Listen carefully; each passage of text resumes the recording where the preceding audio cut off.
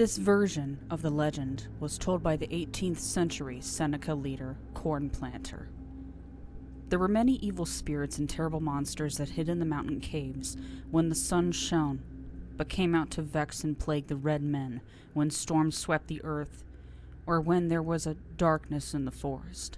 Among them was a flying head, which, when it rested upon the ground, it was higher than the tallest man. It was covered with a thick coating of hair that shielded it from the stroke of arrows. The face was very dark and angry, filled with great wrinkles and horrid furrows. Long black wings came out of its sides, and when it rushed through the air, mournful sounds assailed the ears of the frightened men and women. On its underside were two long, sharp claws, with which it tore its food and attacked its victims.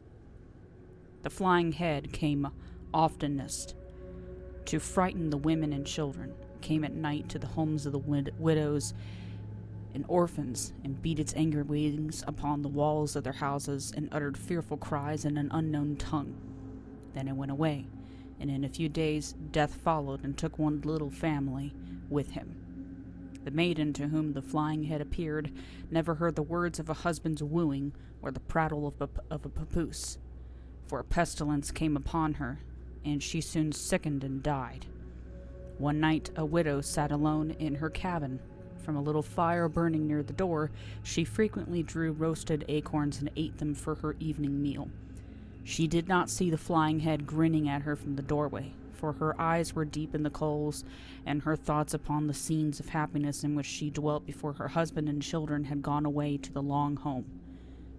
The flying head stealthily reached forth one of its long claws and snatched some of the coals of the fire and thrust them into its mouth, for it thought that these were what the woman was eating.